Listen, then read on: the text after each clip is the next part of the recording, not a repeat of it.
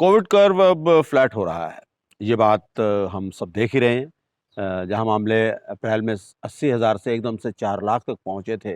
अब वो धीरे-धीरे कम हो रहे हैं। करीब साढ़े 3 लाख, 3,60,000 या इसके आस-पास ये मामले आ रहे हैं। तो एक्सपर्ट्स का भी यही मानना है कि जिस चोटी पर, जिस पीक पर लग रहा था कि ये सेकंड वेव जाएगी, वहाँ पर ये पहुँच चुकी है और वहाँ से अब इसकी ढलान जो है वो शुरू हो गई है। लेकिन इसमें अभी भी कोई राहत की बात नहीं है, क्योंकि ये जो पीक आया है उसका जो प्लेट्यू है वो बहुत ऊँची स्थान पर जाकर आया है। 4 लाख क्रॉस करने के बाद ये जो है वो पीक आया है और अब इसका जो डिक्लाइन होगा या इसकी जो ढलान होगी, वो भी कोई आसान नहीं रहने वाली है। उसमें भी कई तरह की दिक्कतें आएँगी, मामले अभी भी आएँगे, अभी भी डेथ रेट जो है वो बना रहेगा और इन्फेक्शन होने के चांसेस, वायरस के बढ़ने के चांसेस जो हैं वो लगातार बने रहेंगे और इसके साथ-साथ थर्ड वेव की बात तो चल ही रही है। अगर सेकंड वेव एक बार सबसाइड करती भी है, तो उसके बाद से हमें तीसरी वेव के लिए भी पूरी तरह से तैयार रहना होगा। तो कुल मिलाकर हम कह सकते हैं कि हालात थोड़े बेहतर ज़रूर हुए हैं, थोड़ी राहत ज़रूर मिली है, लेकिन इसके साथ-साथ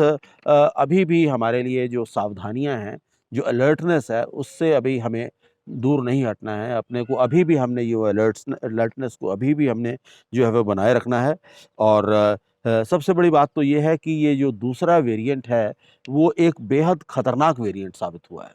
जिस तरह से पहला वेरिएंट काफ़ी माइल्ड था, मामले आए थे लेकिन उतना नुकसान नहीं हुआ था, केवल उन्हीं लोगों को ज़्यादा नुकसान हुआ था जो जिनमें कोमॉर्बिडिटीज़ थी और साथ के साथ ऐज फैक्टर था, ख़ास तौर पर 60-70 से ऊपर वाले लोग जो थे, वो इससे इफ़ेक्ट हुए थे। लेकिन ये जो वेरिएंट था, ये बेहद खतरनाक वेरिएंट था और बेहद विरुलेंट जिसको हम कहते हैं, वो वेरिएंट था और इसकी वजह से बहुत सारे जो डेथ रेट है जो वो 35 और 50 के बीच में देखने को मिला है और यहाँ तक कि बहुत यंगस्टर्स की भी डेथ्स हुई हैं और ख़ास तौर पर अभी आज ही की अखबार अगर आपने पढ़ी हो, तो उसमें आपने ज़रूर मेरठ में 2 जुड़वा भाइयों की डेथ का एक बहुत ही हृदय विदारक खबर आपने ज़रूर पढ़ी होगी। बहुत ही दुखी कर देने वाली खबर। 24 साल के 2 भाई थे और दोनों ट्विन्स थे और अभी कुछ दिन पहले ही उन्होंने अपना जन्मदिन मनाया था और कुछ दिन बाद ही दोनों कोरोना पॉज़िटिव हुए और दोनों लगभग 1-2 घंटे के अंतराल के बाद दोनों की मौत हो गई। तो इस तरह के मामले जो हैं वो इस बार की जो ये जो वेरिएंट था इस बार की जो वेव थी, उसमें ये चीज़ देखने को मिली है और जो तीसरी वेव की हम बात कर रहे हैं, वो कहते हैं कि इससे भी ज़्यादा खतरनाक हो सकती है। इसमें जो उसके इफ़ेक्ट में आने वाले जो लोग होंगे, उसके प्रभाव में आने वाले जो लोग होंगे, उनकी उम्र और भी कम हो सकती है। तो इसलिए अभी भी हमें जो है अपना इस मामले के अंदर सावधानियाँ जो हम बरत रहे हैं, जो स्टैंडर्ड प्रोटोकॉल्स हम बरत रहे हैं, वो हमें अभी भी लगातार बरतना पड़ेगा। पर इसके साथ-साथ अभी हमें ये भी देखना होगा कि आखिरकार इन हालातों में हम पहुँचे क्या? आज ही देश के बहुत ही जाने-माने वायरोलॉजिस्ट हैं डॉक्टर शाहिद जमील, उनकी इंटरव्यू एक इंडियन एक्सप्रेस में आज उनके साथ बातचीत एक डिटेल्ड बातचीत उनके साथ छपी है, जिसमें उन्होंने जो है इस चीज़ का खुलासा किया है कि आखिरकार हम क्यों इस तरह के हालातों के बीच में पहुँचे हैं और ख़ास तौर पर उन्होंने जो एक उदाहरण दिया है वो क्रिकेट का एक उदाहरण को उन्होंने को देते हुए उन्होंने कहा है कि जिस तरह से क्रिकेट के अंदर बल्लेबाज के लिए गेंद से नज़र हटाना जो है वो सुइसाइडल हो सकता है, उसके लिए उसको चोट भी पहुँचा सकता है, उसको आउट भी कर सकता है। लगभग वैसी ही स्थिति हमारी रही है। हमने जो सावधानियाँ हमें बरतनी चाहिए थी समय रहते, वो हमने नहीं बरती। ख़ास तौर पर हमारे पास सितंबर से लेकर फरवरी तक का जो समय हमें मिला था, सितंबर 2020 से लेकर फरवरी 2020 तक का हमें समय मिला था। वो समय हमारे लिए अपनी पोज़ीशन को और मज़बूत बनाने का समय था, अपने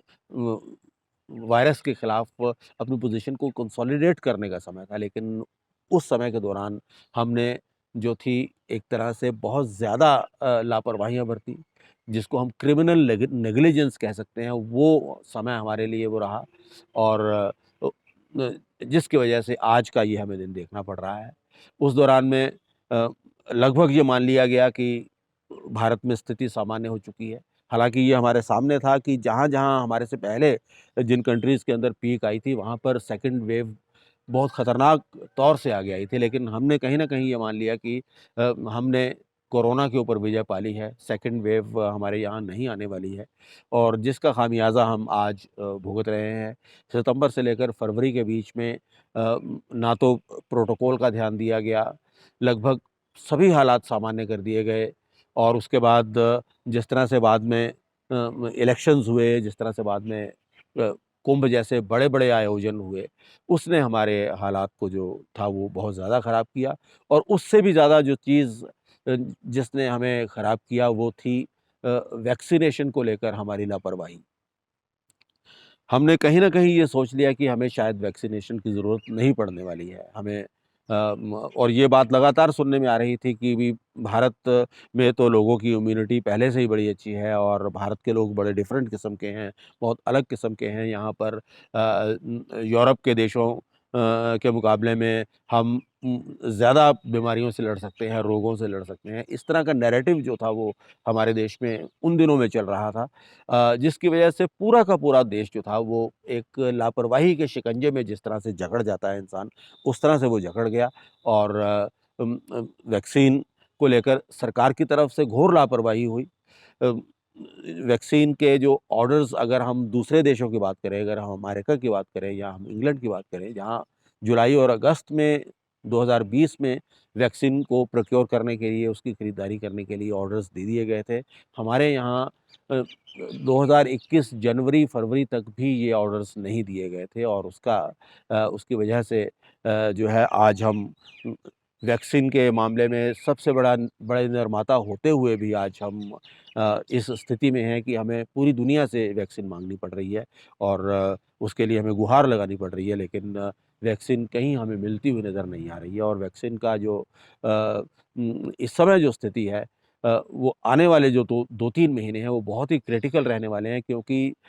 जो अ, ऑर्डर्स जो इस समय गए हैं अगर उसमें हम देखें तो हमें सितंबर या अक्टूबर से पहले वैक्सीन्स नहीं मिलने वाली हैं। अगर हम अपनी भी कंपनियों की बात करें सीरम और भारत बायोटेक की बात करें, इनको भी भारत सरकार की तरफ से समय रहते कोई ऑर्डर नहीं दिया गया, कोई इसको मदद नहीं दी कि उनको कैपेसिटी बिल्डिंग करने के लिए कोई उनको प्रोत्साहन नहीं दिया गया, जिसकी वजह से आज ये हालात है। हालाँकि अब सरकार इन दोनों कंपनीज़ को पैसा मुहैया करवा रही है, कैपेसिटी बिल्डिंग की कोशिश हो रही है, लेकिन वो रिज़ल्ट्स आने में समय लगेगा और सितंबर, अक्टूबर से पहले हम वैक्सीन्स को जो है वो पूरी तरह से देश में हर किसी को वैक्सीनेट करने की स्थिति में नहीं रहेंगे और वक़्फ़े के दौरान में इस दौरान में हमें शॉर्टेजेज़ निश्चित तौर पर झेलनी पड़ेंगी। और अब चंडीगढ़ की बात कर लेते हैं। चंडीगढ़ में हालात बेहतर हो रहे हैं। चंडीगढ़ में 9 मई का दिन जो था वो सबसे ख़राब दिन कहा जा सकता है। 895 केसेज़ इस दिन रिपोर्ट हुए थे। लेकिन उसके बाद से एक स्टेडी डिक्लाइन जो है वो देखने में आ रहा है और अभी 600 के आसपास केसेस आ चुके हैं और आईआईटी कानपुर ने एक रिसर्च की है और एक मैथमेटिकल मॉडल उन्होंने जो तैयार किया है उसके ऊपर अगर हम विश्वास करें तो निश्चित तौर पर वो काफ़ी राहत देने वाला है, काफ़ी पॉजिटिव है। उनका कहना है कि मई के अंत तक चंडीगढ़ में 400 के आसपास मामले आ जाएँगे और के मिडल तक, जून के मध्य तक इन मामलों की जो दर है वो करीब 180, 85 या 190 के आसपास रह सकती है। तो चंडीगढ़ में अगर ये उनकी रिसर्च ठीक है और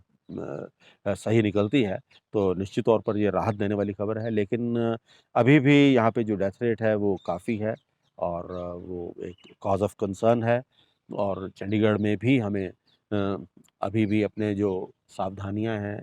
जो एहतियात हैं वो उनसे दूर नहीं हटना होगा, लगातार एहतियात बरतनी होगी। जो भी प्रोटोकॉल हमें दिया जाता है उसका हमें पालन करना होगा, मास्क हमें लगाना होगा, सोशल डिस्टेंसिंग रखनी होगी, तभी हम कोरोना को किसी न किसी तरह से हरा सकते हैं, कोरोना से निजात पा सकते हैं। हालाँकि ये लड़ाई लंबी चलने वाली है, आसानी से ये लड़ाई अभी समाप्त नहीं होने वाली है। धन्यवाद। आपको हमारा ये एपिसोड कैसा लगा इसके बारे में आप हमें ज़रूर बताइएगा और हमारा चैनल न्यूज़ एस्केप ज़रूर आप सब्सक्राइब करें और इसके साथ-साथ बेल आइकन ज़रूर दबाएँ, ताकि हम आपको समय-समय पर नोटिफ़िकेशंस देते रहें।